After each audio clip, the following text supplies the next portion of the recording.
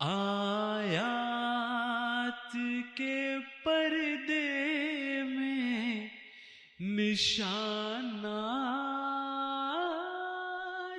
کا مخزن، قرآن کا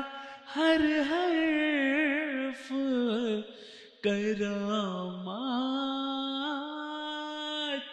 کا مخزن۔ اعوذ باللہ من الشیطان الرجیم، بسم اللہ الرحمن الرحیم۔ زین للناس حب الشہوات من النساء والبنین والقناطیر المقنطرۃ من الذہب والفضۃ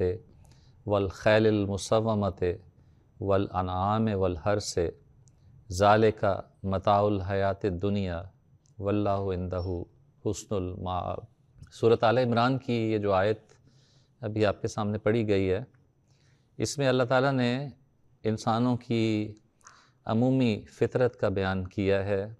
انسانوں کی عمومی طبیعت کا بیان کیا ہے۔ وہ فطرت جو انسان میں عام طور پر پائی جاتی ہے اس کا بیان کیا گیا ہے کہ لوگوں کے لیے عام طور پر پسندیدہ چیزوں کی محبت خوبصورت کر کے دکھائی گئی ہے، جن میں عورتوں کی محبت ہے، بچوں کی محبت ہے، ڈھیروں ڈھیر مال و دولت، سونا چاندی، اس کی محبت ہے، خوبصورت گھوڑے اور مویشی اور زرعی زمینوں کی محبت ہے، زراعت کی محبت ہے، باغات کی محبت ہے۔ فرمایا ذالک متاع الحیات الدنیا، یہ تو محض دنیا کی زندگی کا عارضی سامان ہے، واللہ عندہ حسن المآب، اللہ کے پاس تو بہترین ٹھکانہ موجود ہے تمہارے لیے اگر تم اپنی محبت کے ان اصولوں کو اللہ کی رضا کے ماتحت استعمال کرو۔ اس آیت میں اللہ تعالیٰ نے انسان کو فطری طور پر دی جانے والی ایک صلاحیت جسے ہم محبت کا نام دیتے ہیں اس کا ذکر کیا ہے، اور عمومی طور پر اس کا ایک نقشہ بھی ہمارے سامنے کھول کر رکھ دیا ہے جو معاشرے میں عام طور پر ہمیں نظر آتا ہے، اور ہر انسان اس مضمون کو سمجھتا ہے کہ عمومی طور پر یہی وہ چیزیں ہیں جس سے خواہ کوئی مومن ہو، خواہ کوئی کافر ہو، دنیا دار ہو یا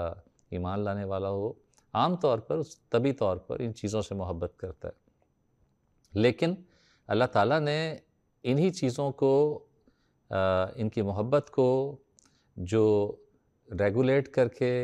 اسلامی تعلیمات کی شکل میں ہمارے سامنے بیان کیا ہے، جو شخص اس کی پابندی کرتا ہے، ان قوانین کی پابندی کرتا ہے، ان احکامات کی پابندی کرتا ہے جس کے تحت ان چیزوں سے محبت کرنی جائز ہے اور کس حد تک کرنی جائز ہے، جو شخص ان امور کو سمجھنے کے بعد اپنی محبت اور نفرت کے فیصلے کرتا ہے، اللہ تعالیٰ کے نزدیک وہ ایک عظیم الشان مقام کا وارث بنتا ہے، اور اس کے لیے اللہ تعالیٰ فرماتا ہے کہ آخرت میں بہترین جزا اور بدلہ اسے دیا جائے گا۔ حضرت ابوبکر صدیق رضی اللہ تعالیٰ عنہ کے ایک بیٹے جن کا نام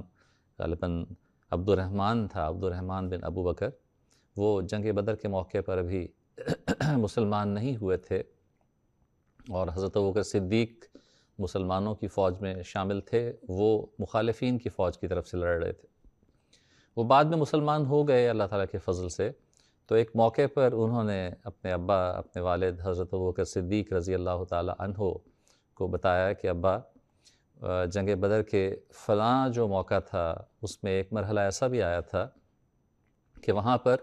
آپ میرے نشانے پر موجود تھے، اور اگر میں چاہتا تو میں آگے بڑھ کر آپ کو شہید کر سکتا تھا، لیکن آپ کی محبت کی وجہ سے، آپ میرے والد ہیں، اس محبت کی وجہ سے میں نے اپنا ہاتھ کھینچ لیا، روک لیا اور آپ پر ہاتھ نہیں اٹھایا۔ حضرت ابوبکر صدیق رضی اللہ تعالیٰ عنہ جو صدیقیت کے اعلیٰ ترین مقام اور مرتبے پر فائز تھے، اور جانتے تھے کہ الہی محبت کیا چیز ہے، اللہ تعالیٰ کی محبت کیا چیز ہے، اور محبت کی کیا انتہائیں ہیں انسانی محبت کی اور خدا تعالیٰ کی محبت کی، آپ نے فرمایا، اور کیا ہی خوبصورت فرمایا کہ بیٹا، تم نے تو مجھے چھوڑ دیا کیونکہ تم نے اس محبت کو ترجیح دی جو تمہیں مجھ سے تھی، لیکن میں تمہیں بتاتا ہوں کہ اگر اس موقع پر تم میرے سامنے آ جاتے تو میرے لیے یہ ممکن نہیں تھا کہ خدا تعالیٰ کی محبت پر میں تمہاری محبت کو ترجیح دیتا، میں یقیناً وہ فیصلہ کرتا جس میں خدا تعالیٰ کی محبت غالب رہتی، اور میں کبھی بھی اپنا ہاتھ نہ روکتا۔ تو یہ بہت جذباتی، بہت ہی خوبصورت واقعہ ہے اس بات کو سمجھانے کے لیے کہ انسان کو یہ تمام تر محبتیں اللہ تعالیٰ نے ودیعت کی ہیں۔ خود اس کے طبیعت میں، انسان کے طبیعت میں اللہ تعالیٰ نے محبت کا یہ مادہ رکھا ہے، جس کا اصل مقصد یہ ہے کہ انسان خدا تعالیٰ کی محبت کو حاصل کر سکے، محبت الہی کی منازل طے کر سکے۔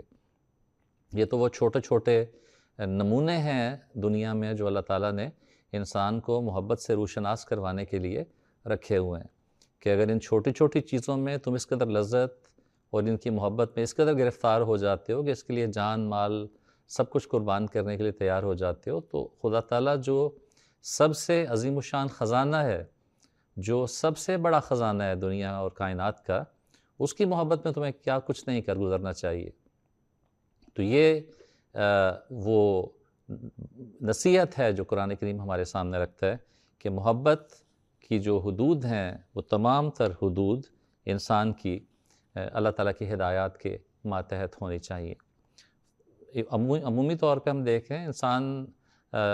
اگر طبی جو اس کی حالت ہے، جو اس کی حیوانی حالت ہے، اس میں وہ ان چیزوں سے محبت کرتا ہے، اور ہر اس چیز سے محبت کرتا ہے جو اس کے وجود کے ساتھ تعلق رکھتی ہے، جو عام طور پر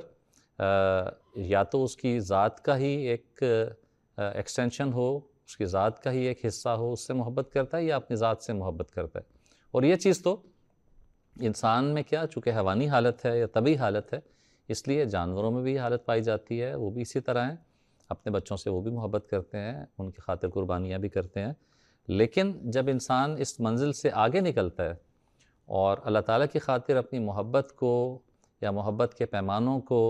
اثر نو ان کو ترتیب دیتا ہے، تب وہ حقیقی طور پر مومن بنتا ہے، ایسا بندہ بنتا ہے جو اللہ تعالیٰ کے نزدیک قابل قبول بھی ہوتا ہے اور اللہ تعالیٰ کے فضلوں کا وارث بھی بنتا ہے۔ حضور صلی اللہ علیہ وسلم نے کیا ہی خوبصورت ہمیں نصیحت فرمائی کہ لا یؤمن احدکم حتی یحب لاخیہ ما یحب لنفسہ، صحیح بخاری میں آتا ہے کہ حضرت صلی اللہ علیہ وسلم نے فرمایا کہ تم میں سے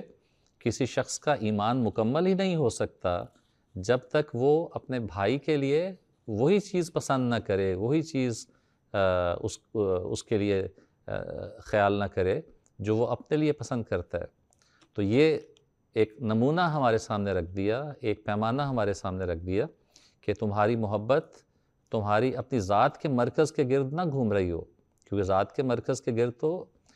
طبی حالت میں حیوانوں کی محبت بھی گھوم رہی ہوتی ہے۔ تمہاری محبت اس وقت ان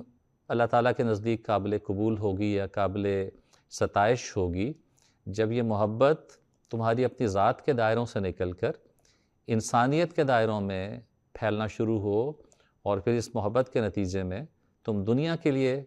محسن وجود کے طور پر اور ایک ایسے وجود کے طور پر سامنے آؤ جو تمام دنیا کے خیر خواہ بن سکو۔ اور پھر یہ محبت تمہارے گھر سے شروع ہو کر، تمہاری بستی سے شروع ہو کر تمام معاشرے میں اگر پھیل جائے، تمام عالم میں اگر پھیل جائے، تو پھر تم یہ کہہ سکتے ہو کہ تم اس خدا کے ماننے والے ہو جو رب العالمین خدا ہے۔ صحیح مسلم میں آتا ہے حضرت صلی اللہ علیہ وسلم نے فرمایا کہ تم جنت میں داخل نہیں ہو سکتے جب تک ایمان نہ لاؤ، اور ایمان تب تک ناقص رہتا ہے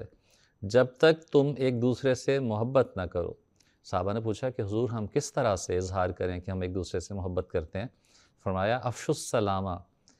السلام بینکم۔ صحیح مسلم میں آتا ہے کہ حضور صلی اللہ علیہ وسلم نے فرمایا کہ آپس میں سلام کہنے کو رواج دو، سلام بھیجنے کو رواج دو، گویا تم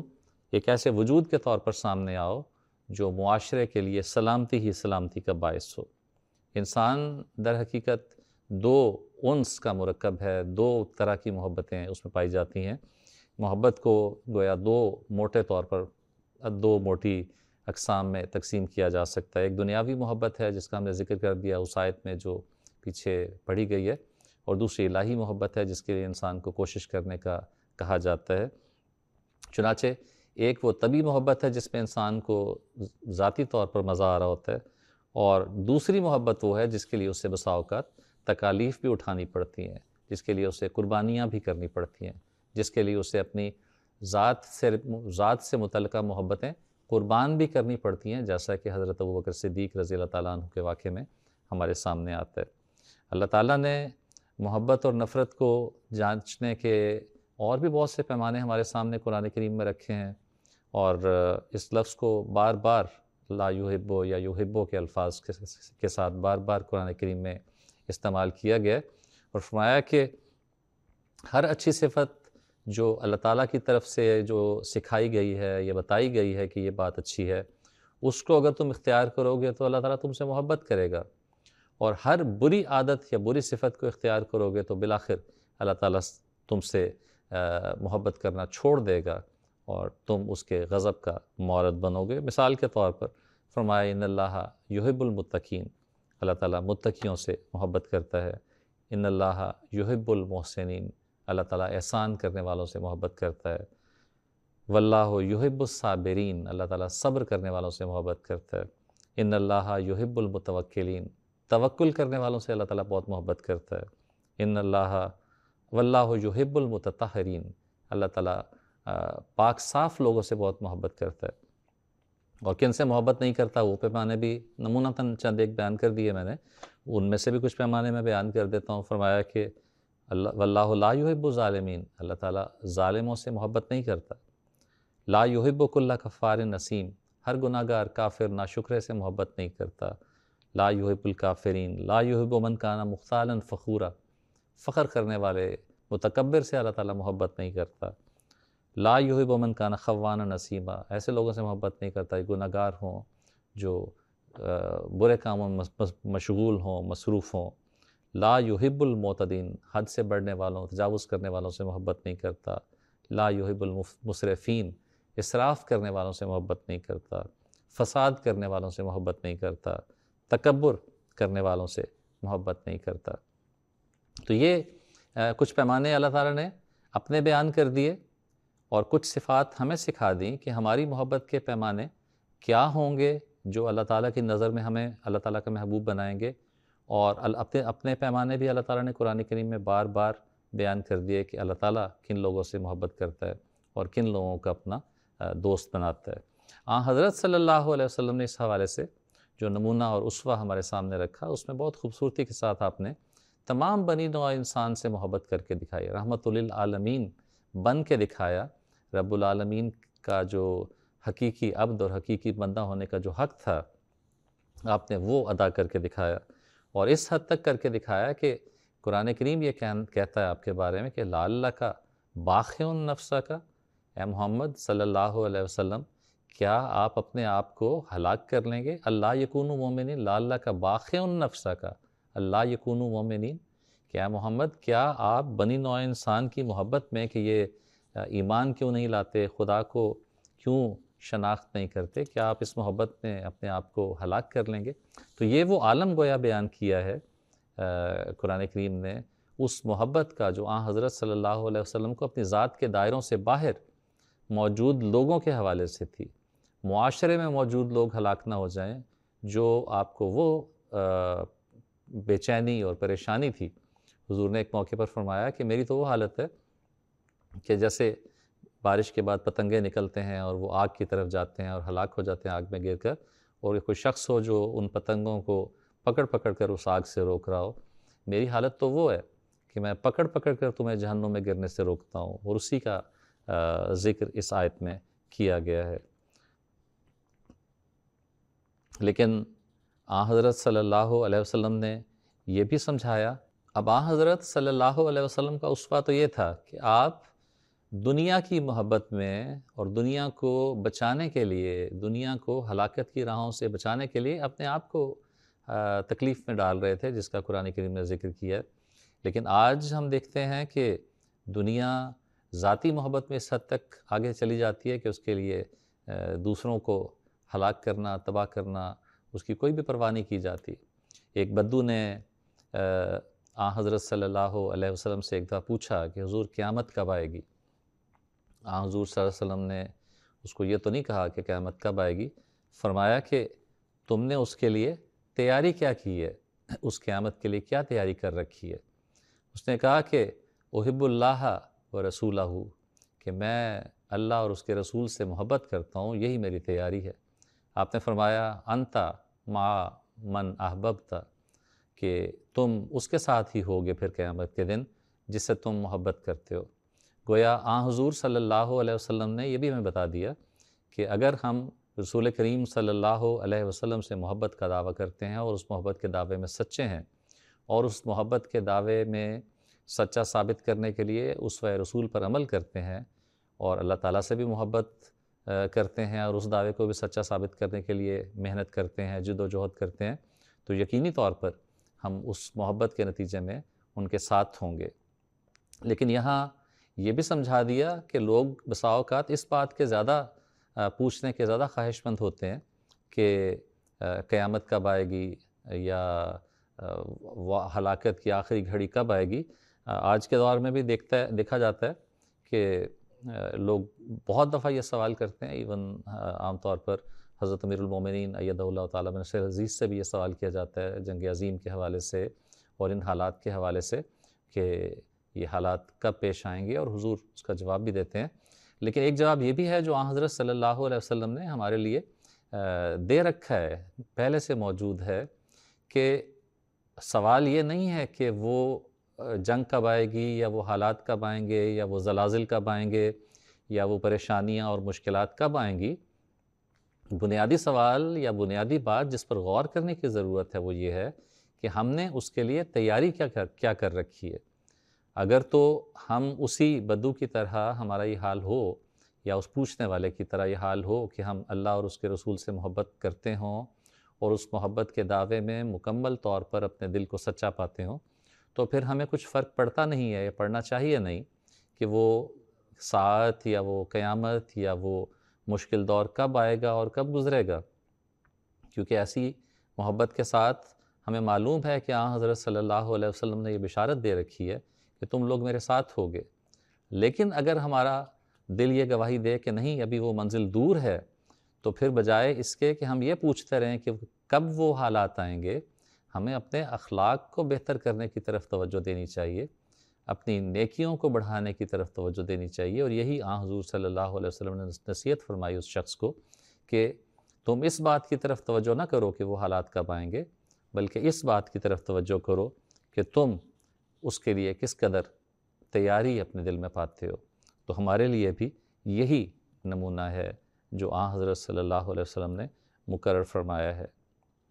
بس حضرت صلی اللہ علیہ وسلم نے یہ نمونے ہمیں سکھائے ہیں، یا یہ طریقے ہمیں سکھائے ہیں۔ ایک موقع پر آپ نے حضرت معاذ بن جبل کا ہاتھ بڑے پیار سے پکڑا، اور اس میں بڑی نصیحت ہے ہمارے لیے۔ آپ نے پیار سے پکڑا اور فرمایا کہ اے معاذ انی احبک، اے معاذ میں تم سے محبت کرتا ہوں۔ لیکن ساتھ ہی جو نصیحت فرمائی وہ بہت ہی خوبصورت ہے۔ آپ نے فرمایا کہ اے معاذ میں محبت کرتا ہوں، لیکن اس کا مطلب یہ نہیں ہے کہ تم اس بات پر مطمئن ہو جاؤ کہ اللہ کا رسول تم سے محبت کرتا ہے، بلکہ فرمایا کہ ہر نماز کے بعد یہ دعا کیا کرو کہ اللہم اعنی علی ذکرک و شکرک و حسن عبادتک، یعنی اگر میں تم سے محبت کرتا ہوں تو تم بھی اللہ تعالیٰ کے حضور دعاؤں کے ذریعے سے یہ ثابت کرو کہ میری محبت سچی محبت ہے، کیونکہ فرمایا حضور صلی اللہ علیہ وسلم نے کہ انسان